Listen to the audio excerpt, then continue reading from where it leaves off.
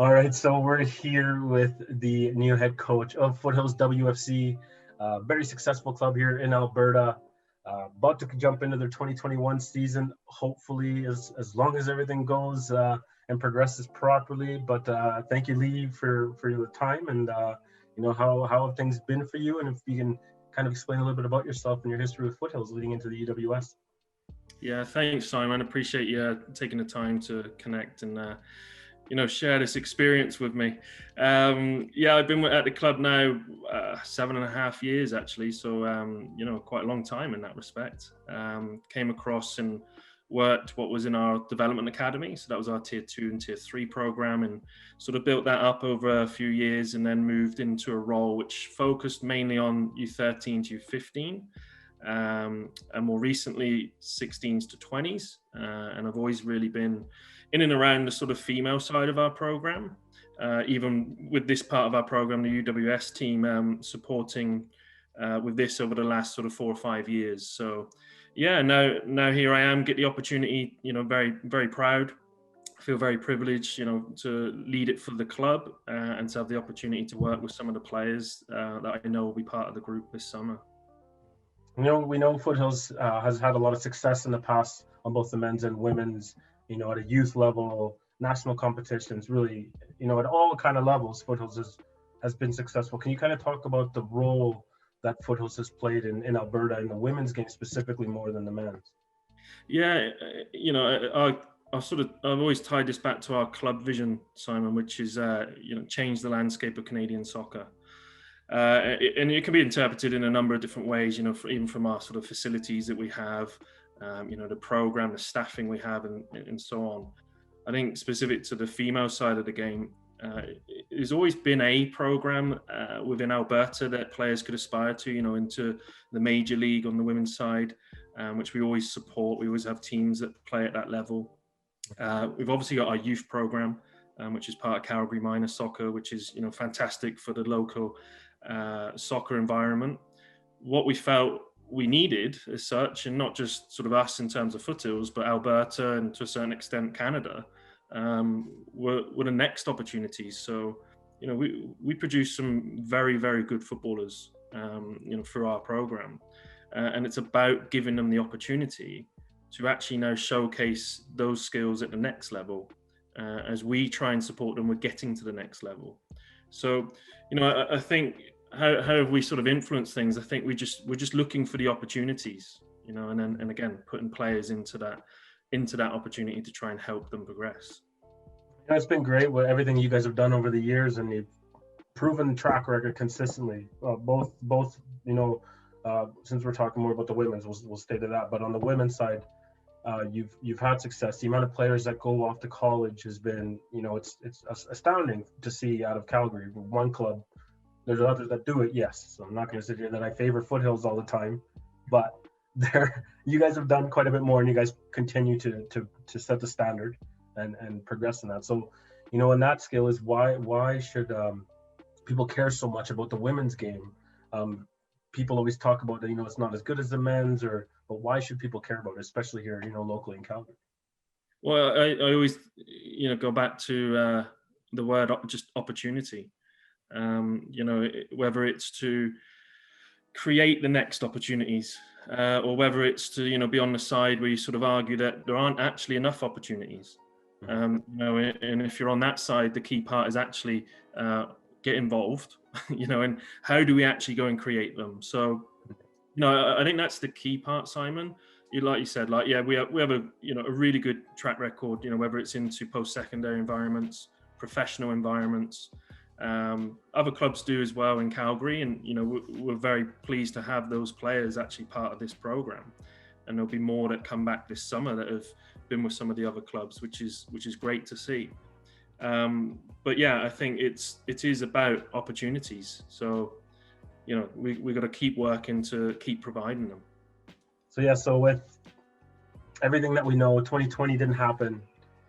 There was a lot of really players just kind of standing, waiting for things to happen. Obviously, you can do your own training on yourself, but there's nothing that beats getting touches on the ball and playing as a team and, and maintaining that kind of camaraderie.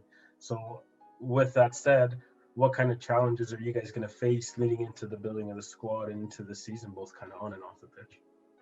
Yeah, I think just touching on 2020 to a certain extent, it's the unknown piece. What's great is the league standards, the structure, the support that you have from the staff, from Joe, from Stephanie. Like, it enables us to be well informed, and actually makes our process, if you like, in terms of getting back to training, getting on the field, and knowing, okay, we're going here then, and this is the type of training we need to do. Just makes it that much easier. So yeah, that could be considered one. I think other than that, it's just now waiting, Simon, to be honest. And which players do we want? Who's coming in when? And again, how do we then factor that into a pre-season in terms of preparing the team, and then obviously building to the first games of the season and the league itself. Mm-hmm. So obviously with the rivalry, we got to talk about the rivalry that's going to potentially build out of really nothing. I mean, yeah, there's a youth maybe element to St. Albert and Foothills that's at a provincial level, but at this scale, not yet. Nothing Alberta for the women's side. So because I feel like the Foot Soldiers, they were the Foothills supporters, and they started the El Clasico, that can be framed once again, and you guys kind of carry that and maintain it. But first El Clasico game for the women's side, playing against your former kind of counterpart, Troye Flannery, what's that going to shape up like, and what's that going to do?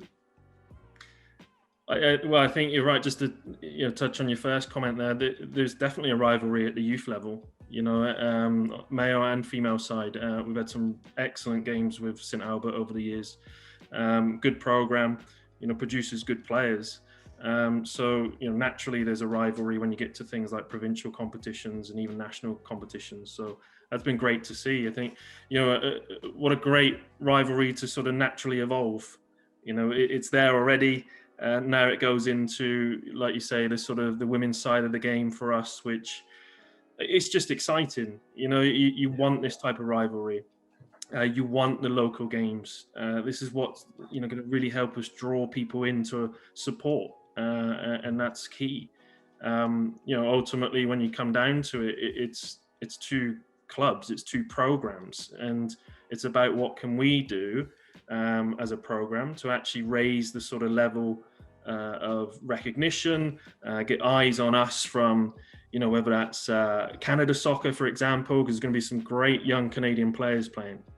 So what a great time for Canada Soccer to actually go, hey, you know what? I'm gonna go and support that and come and see players in Alberta. And again, then for the local players, even some of our younger ones, like they can't wait. They're just excited. Like they want to see some of our best female players return first and foremost. But now they've got this extra sort of piece, which is, hey, actually it's something now for bragging rights. So yeah, I think. Again, ultimately, it's the big picture, and it's about showing, what talent we have here in Alberta, and there'll be players obviously from throughout Canada as well that come and play. But yeah, what a great chance for us to promote the game. I mean, it's fantastic. You see a lot, especially over the last little bit. The UWS draft players going to sign on MLS, or not MLS, the NWSL, NWSL is big, but you're starting to see players coming out of the UWS going to play at Lyon and places like that. Like that's next level. That's the places where everybody aspires. You want to go play in Europe. You want to go play for those big name clubs, the PSGs, the Lyons, the Man Cities, and there's now I guess you could say now you guys are 3 years in now, 4 years into the UWS program. More than that now, Simon. I think 5 to 6 years. It's been around. Yeah, definitely. And a lot of people don't know about it, but you guys are opening the doors for these women that nobody had ever done in the past, and a lot of you guys deserve a lot of respect for that. Yes, there's programs that do really well within the city and the province on the ladies' side, but to take this next step and to do this is incredible, and now you guys are a staple in the women's game regardless in Canada. You guys are a force to be reckoned with, and it's hopefully we wish you all the success in 2021. We're really excited to see the potential battle here that we're going to see out of St. Albert and you guys in the El Clasico women's side. So all the best in 2021, and And hopefully we'll be working with you again this year and doing some live streaming for you. So we look forward to that. Yeah, thanks, Simon. I appreciate that. We look forward to seeing you there on the field soon. Definitely. Okay. Well, appreciate it, Tux. We'll chat soon. Thank you.